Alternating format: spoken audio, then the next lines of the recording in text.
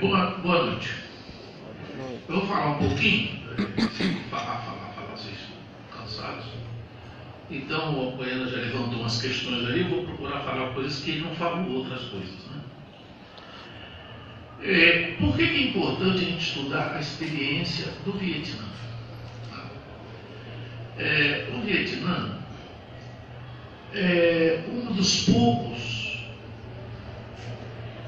países, e ainda dentro desse contexto, um dos poucos, um dos mais pobres, que, como a Apoena falou ali, derrotaram o imperialismo no século XX. Então, é importante a gente estudar isso até para entender melhor a história do século XX. Porque o derrotado nunca vai dizer, eu fui derrotado. Mas se você pega alguns livros, estuda com atenção, etc., você vai compreender que ele foi derrotado e, o mais importante, como ele foi derrotado. O Apoena pegou ali alguns exemplos de técnicas de guerra, de maneiras de organização, etc, etc. Mas isso tudo é menos importante do que a gente entender politicamente o que aconteceu. Politicamente, o que é uma nação com um povo organizado, consciente, que cria um poder nacional. Né? E, em segundo lugar, entender-se que essa condição de ser inimigo do imperialismo não é uma escolha do povo. Nenhum povo escolhe você inimigo do imperialismo. Né? Você liga a televisão, você vê lá o exército islâmico, né? Terroristas, etc, etc.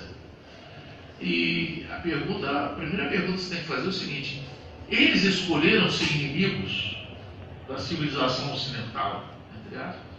Eles escolheram ser inimigos dos norte-americanos, dos franceses? Então você tem que pesquisar para saber se eles escolheram, ou se eles foram escolhidos. Então vou um pouquinho mais atrás da guerra do Vietnã, ou como a gente for estudar a guerra do Iraque, tem que ir um pouco mais atrás do que a guerra do Iraque, e ver do que se trata. O imperialismo não é uma política. Vocês conhecem lá o Robson, que foi aquele sindicalista inglês, intelectual, que criou a teoria do novo imperialismo. Ele dizia que o imperialismo é o resultado do seguinte: todos os países têm um círculo aristocrático nas forças armadas. E esses aristocratas, eles vêm daquelas guerras feudais, daqueles troços lá atrasados lá atrás. Eles mantêm esse interesse por guerras, por assuntos militares, por massacres, etc. Então, nas condições da Revolução Industrial, que o país enriquece muito, produz muito armamento, essas pessoas vão querer usar esse armamento em algum lugar. Então, eles vão praticar as guerras coloniais, eles vão invadir outros países mais fracos, vão saquear esses países, vão ganhar medalhas às custas daquelas populações inermes, digamos assim. Né? E o Robson fica com isso, ele acha que é uma espécie de deformação psicológica da aristocracia que gera o imperialismo. Mas, na verdade, o imperialismo não é só uma política. O Robson até diz: como é que nós vamos combater o imperialismo? Você tem que eleger políticos que sejam pacifistas, que sejam contrários à guerra, que sejam contrários à criação de colônias, a explorar colônias, etc. Ele, para, digamos, divulgar essa ideia dele, ele vai tão longe que ele chega a fazer, digamos, as contas das potências imperialistas.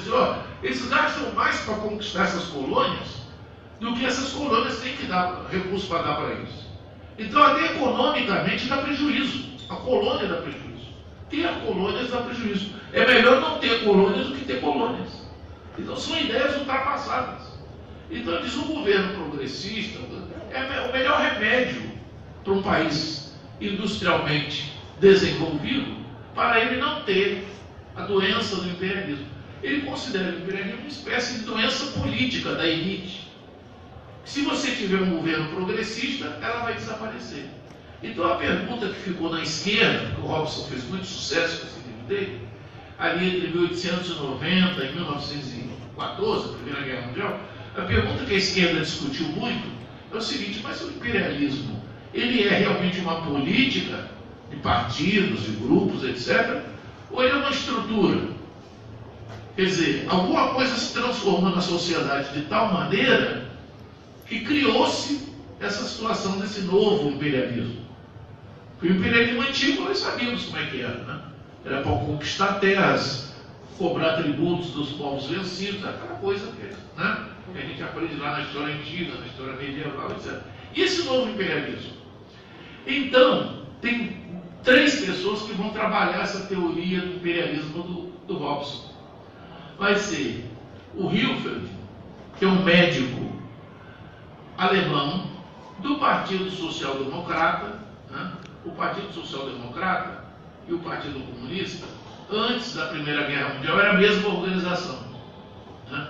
Os comunistas estavam organizados na democracia social, que por um erro de tradução foi traduzido como social-democrata, quer dizer, democrata social. O social-democrata acabou virando social-democrata, né?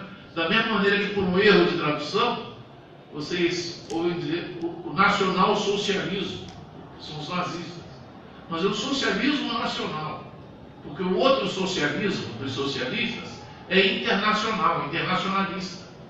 Então o Hitler, ele defendia uma tese do socialismo nacional. Quer dizer, o socialismo está ligado a uma raça, a uma etnia, e é só o alemão que pode ser socialista. Os outros não são verdadeiramente socialistas. Então seria que se chama outra teoria. Bom, mas então voltando ao social-democrata, esse Hilferd, ele era um médico social-democrata, especialista dentro do Partido Social-Democrata em economia. E ele fez esse estudo do imperialismo. Ele leu o Robson todo, desmontou o livro e reescreveu um livro que é muito mais importante que o livro do Robson, porque ele aproveitou aquelas dicas do Robson, foi checar aquilo tudo, e como ele era marxista, ele fez uma aplicação da teoria do Marx à teoria do imperialismo do Robson. E ele conseguiu criar uma teoria bastante interessante sobre o imperialismo. Ele provou no livro dele que o imperialismo era uma estrutura. O imperialismo não é apenas uma política, ele é uma transformação que ocorre no sistema empresarial, desaparece a concorrência entre as empresas. Há um grupo de empresas que cresce muito, se torna tão grande, que tem uma concorrência só entre elas. E elas costumam resolver essa concorrência entre elas na metrópole, nas capitais industriais, etc., fazendo acordos. E nas colônias, fazendo guerras de repartição. Então a gente não briga na Europa, mas briga na África, briga na Ásia, etc., etc. Então eles, para brigar nesses outros países, eles vão se aliar com cliques, classes dominantes, divisões, grupos que existem nesses países. Por exemplo, eles chegam na Índia, vê os grupos que estão perdendo o poder para outros e apoiam o que está perdendo contra o que está dominando, né? Dá armamento, etc. Então, com isso, eles criam um mundo colonial, ou recriam um mundo colonial. Deve-se recordar que o mundo colonial ele foi recriado porque as antigas colônias que vocês veem lá, desde as cruzadas até o século XVIII, elas estavam montadas com base numa dominação superficial. As potências, eles tomavam os portos, tomavam fortalezas, e com aquilo eles dominavam o comércio daqueles países. Mas com o surgimento da Revolução Industrial, surge o fuzil de repetição, surge a metralhadora, e com esses armamentos eles podem dominar aqueles povos mesmo. Eles podem entrar naqueles continentes, derrubar os governos e colocar governos títeres. Então mudou o cenário. Você não tem apenas o comércio daquele país, você tem a sociedade daquele país na sua mão. E você põe no governo quem você quiser. Quem não aceitar aquilo, você fuzila, prende, faz o que você quiser. Deporta, faz o que você quiser. Depende das suas tripas. Depende até da cultura da potência imperialista, né? Se você pertence à cultura A e ela é um pouco mais civilizada, ela deporta os dirigentes daquele Estado. Se a cultura B, que é um pouco menos civilizada, eles fuzilam, cortam os braços, cortam as pernas, e assim vai sucessivamente. Né? Cada imperialismo tem a sua própria cara, que é a cara étnica e nacional da sua cultura. Então eles são mais perigosos, mais maleáveis, mais, sabe, dissolventes, é outro estilo. O americano é aquela coisa do gringo, eles criaram uma metralhadora para tomar as Filipinas. Criaram um tipo de metralhadora para usar nas Filipinas, para dominar as Filipinas, que eles tomaram da Espanha. E assim sucessivamente. Então, o Hilferd, ele faz essa teoria do imperialismo diferente, já mais sofisticada. E durante a Primeira Guerra Mundial, logo antes de começar a Primeira Guerra Mundial, 1913, a Rosa Luxemburgo, que era uma economista do Partido Social Democrata Alemão, ela pega essa teoria do Hilferd e faz uma demonstração que, através do estudo dela, ela mostra que não é possível essas empresas que constituem o núcleo do imperialismo e esses governos reproduzirem a acumulação do capital só com os mercados metropolitanos. Eles precisam de mercados não capitalistas, mercados não avançados, para triturar esses mercados e colocar as mercadorias e a força de trabalho desses mercados para permitir aumentar a taxa de mais-valia e a taxa de lucro no centro do sistema. Então ela tem uma espécie de explicação de como funciona o imperialismo nas colônias. O Lenin, em 1916, escreveu também um ensaio sobre o imperialismo, em que ele procura demonstrar como os monopólios passaram de um nível de renda para outro com a exploração imperialista. Eles então vão criar exércitos. Tudo isso vai ser pago pelos lucros da exploração imperialista, que é um comércio de dupla mão. Ele traz as matérias-primas e certas mercadorias das colônias e semicolônias e envia os seus produtos para vender nas colônias e nas semicolônias. Então ele domina o comércio mundial. O comércio mundial passa a ser o centro do imperialismo. O Lenin chega a dizer que o imperialismo se caracteriza por ter lucros de 2 dígitos. Então eles não ganham 8% como a quitanda da gente na esquina. Eles ganham 16%, 32%. Esses 2 dígitos, explica o Lenin, vale a pena fazer marinha com ele, fazer exército, tomar qualquer lugar que seja, travar guerras e matar países inteiros, populações inteiras. Porque são 2 dígitos. E qual o limite de 2 dígitos? Você sabe que 2 dígitos vai de 11 até 99. 2 dígitos não fica em 12, 13. Quer dizer, conforme você organiza a sua colônia, você pode ganhar quase até a beira dos 3 dígitos. Se a gente diz, não é um exagero, você tem uma ideia do que é ganhar dinheiro, a indústria farmacêutica no mundo de hoje tem um lucro médio de 3.000%. 3.000%. Pense nesse número. Né? É um número cabalístico. Não tem sentido nenhum. Então o imperialismo é isso. É você gerar super lucros. Enquanto o outro está com a fabriqueta ali fazendo umas coisinhas, uns produtos e ganhando algum dinheiro, você está ganhando numa escala que não tem nada a ver com nada. Então você vai deixar de ter navios, de provocar guerras, de derrubar governos, porque isso você faz fora do seu país. E obviamente você tendo aquela força toda, você compreende até que pode fazer dentro do seu país. Né? O nazismo, né? o hitlerismo, ou o Mussolini, são golpes dentro da Alemanha, dentro da Itália, para mudar a natureza do governo burguês democrático que eles tinham e colocar um governo terrorista mesmo, um governo para fazer guerras. Então o imperialismo ganha dinheiro, inclusive, quando faz guerra. Daí eu exemplo a você. A indústria isolada de maior lucro nos Estados Unidos é a indústria cinematográfica. Porque você gasta os trocados fazendo um filme, você põe no preço do filme um valor descabido de custo, o filme custou R$100. Você diz que ele custou R$1.000. Você escondeu já um monte de dinheiro do imposto. Todo mundo que entrou para fazer o filme ganhou muito.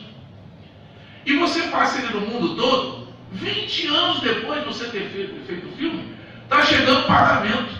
Porque o filme foi exibido lá em Cascadura, ou ali no outro bairro ali, e o cara está pagando, naquele ingresso que você pagou, vai uma remuneração lá. Quer dizer, se o filme rendeu R$1.000 na primeira exibição, na milionésima exibição rende R$100. Mas rende, gente. E eles recebem. Então a principal indústria dos Estados Unidos, que distingue os Estados Unidos do resto dos países, é a indústria de entretenimento, o cinema. Cinema. Vejam só. Agora, o que acontece? Qual é a segunda atividade mais lucrativa na economia norte-americana? Produção de armamentos. Sabe o que é a produção de armamentos? Houve até uma comissão do Senado que investigou isso. Você pega um parafuso e diz, quanto custa esse parafuso? Esse parafuso é o AT2. Então o sujeito diz assim, esse parafuso custa $150. Ele é feito para quê? Ele é feito para parafusar coisas em navios de guerra. Muito interessante. Aí o cara pega lá na comissão do Senado americano, e esse parafuso aqui, o que é? Aí esse é um X4. Mas qual a diferença entre o parafuso AT2 e o X4? Pô, não é muito grande, porque eles são feitos na mesma máquina. Eles são feitos na mesma máquina, então são o mesmo parafuso. Eu não diria isso, porque esse é feito de dia e esse é feito de noite. Não é o mesmo parafuso. E quanto custa esse parafuso aqui civil? Ele custa $2,50. $2,50. Então você já viu que é o mesmo produto. Só que quando entra na indústria bélica, ele vale 100 vezes mais, 1000 vezes mais, etc. Então o que é a indústria bélica norte-americana? Estou dando um exemplo, poderia dar da Inglaterra, de outro país. A indústria bélica é um consórcio dos grandes monopólios que dominam a economia norte-americana, que se faz remunerar a preços extraordinariamente altos com o dinheiro dos impostos dos cidadãos americanos. Você paga os seus impostos. Quando do seu imposto vai para as contas da defesa. Então, se você fizer a conta, você fica abismado. Imagino hoje que um americano, ele deve pagar uns 30%, 40% de todo o imposto que ele paga no ano, vai para a indústria bélica. Então, sobra os outros 60% para todas as despesas dos Estados Unidos. Manutenção de ponte, criação de creches, melhorias da saúde, sobrou o resto. E a indústria bélica levou 40%. E levou 40% naquela base que nós falamos. É as mesmas coisas que o civil usa, cara. O avião civil é mais ou menos o mesmo que o avião militar. Eles mudam um pouquinho o nariz dele, faz uma maquiagem dele. Então o avião militar tem um preço, bilhões. E o avião civil, alguns milhões de dólares. Para você ter uma ideia, os americanos, nos anos 60, 70, um americano fazia um tanque e o russo fazia um tanque. O russo vendia o tanque para os países árabes, para dar um exemplo para vocês, R$1.000. O americano vendia o tanque dele para um país árabe, R$50 mil, R$60 mil. Dava para comprar 60 tanques russos com o preço que se comprava um tanque americano. E o americano, obviamente, queria esse monopólio desse mercado. Então vem aí o segundo ponto. Para que servem as guerras? As guerras servem para exibir os produtos que serão vendidos.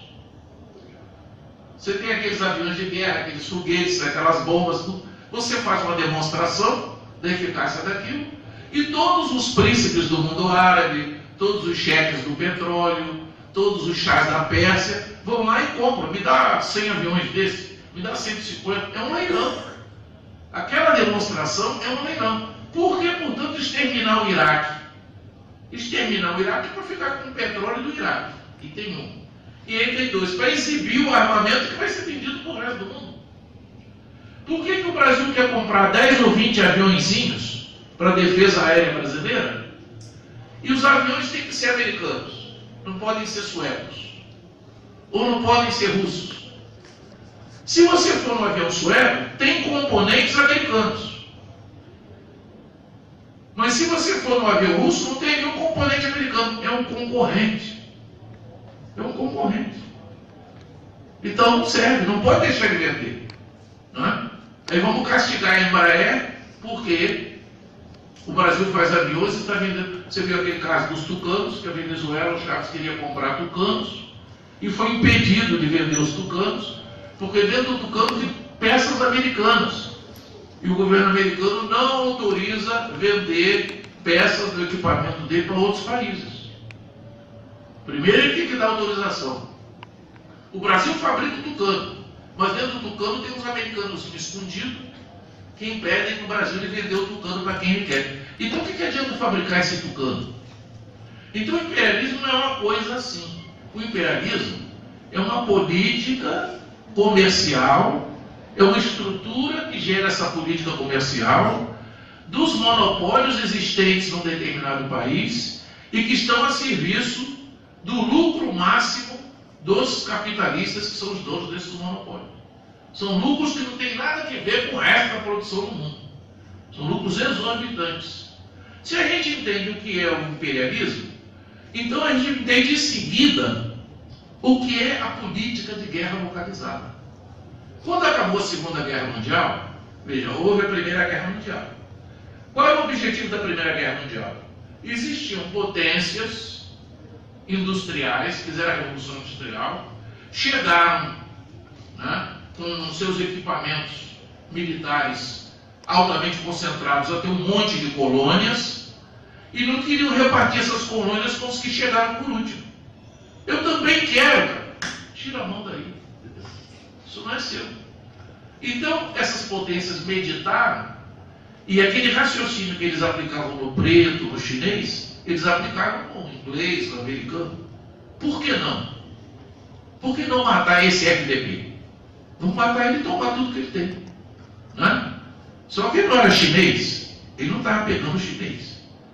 O alemão estava pegando o francês, que por outro lado era aliado do inglês, o inglês era aliado do americano. Quer dizer, a coisa se complicava. O japonês pegou o russo lá, depenou o russo, lá na Ásia. Então é isso que eles fizeram. A Primeira Guerra Mundial é um reajuste de posições de mercado. Quando ela termina, quem ganhou? França, Inglaterra, Estados Unidos e Japão. Japão não lutando na Europa, ganhou. E os outros se esborracharam. Ora, os perdedores, eles tiveram que aceitar aquilo como um primeiro round. Eu perdi o primeiro round, parou sua cabeça, botou a espinha no lugar, vai ter um segundo round. É a Segunda Guerra Mundial. O que aconteceu? A derrota foi mais esculachante do que a primeira. Né? Então caiu tudo na mão dos norte-americanos. O mundo caiu na mão deles. Eles criaram sistemas de alianças de potências em que o principal personagem em cada aliança é ele. Quem comanda a OTAN, Organização do Tratado do Atlântico Norte? Os Estados Unidos. Quem comanda a OTASE, Organização do Pacífico Sul? É os Estados Unidos. Quem se ofereceu? O Brasil começou a fazer um programa de submarino atômico. O que o Obama diz? Ele queria criar de volta a sexta frota e colocar aqui no litoral brasileiro. Não, vocês estão sendo ameaçados por alguém? Nós vamos criar uma frota e colocamos aí para defender vocês. Nós tínhamos essa frota aqui antigamente. Quando eu tinha 10 anos de idade, ou 20 anos de idade, todo dia que eu saía do centro do Rio de Janeiro, que eu sou natural do Rio de Janeiro, tinha marinheiros americanos passeando. Que parava a frota lá, o navio daqui tinha 10 mil marinheiros, 4 mil marinheiros, 5 mil marinheiros. Então todo dia tinha americano passeando no Rio de Janeiro. Quer dizer, nós éramos, na verdade, um país ocupado.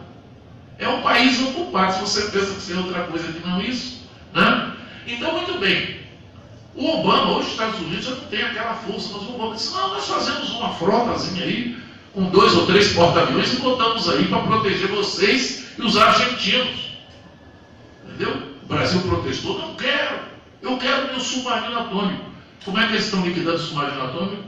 Prendendo o almirante do programa do submarino atômico. Vão liquidar o programa.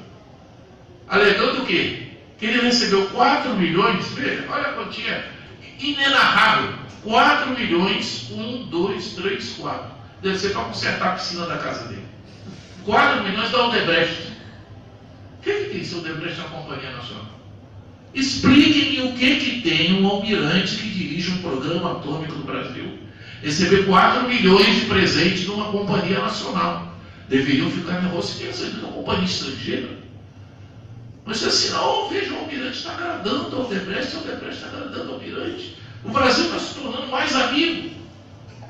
Eu saio ali no pátio, a OAS diz, Wilson, vou dar 5 milhões de reais para você. Você não está corrupto, está recebendo. Não, você liga para o pau. Tudo bem, a OAS reconheceu o valor do Wilson, está dando dinheiro para ele. Não é verdade? Não, agora veja, não pode receber dinheiro das empresas do país. Não é o regime capitalista que vigora no país. Eu que estou satisfeito com você, não posso lhe dar dinheiro.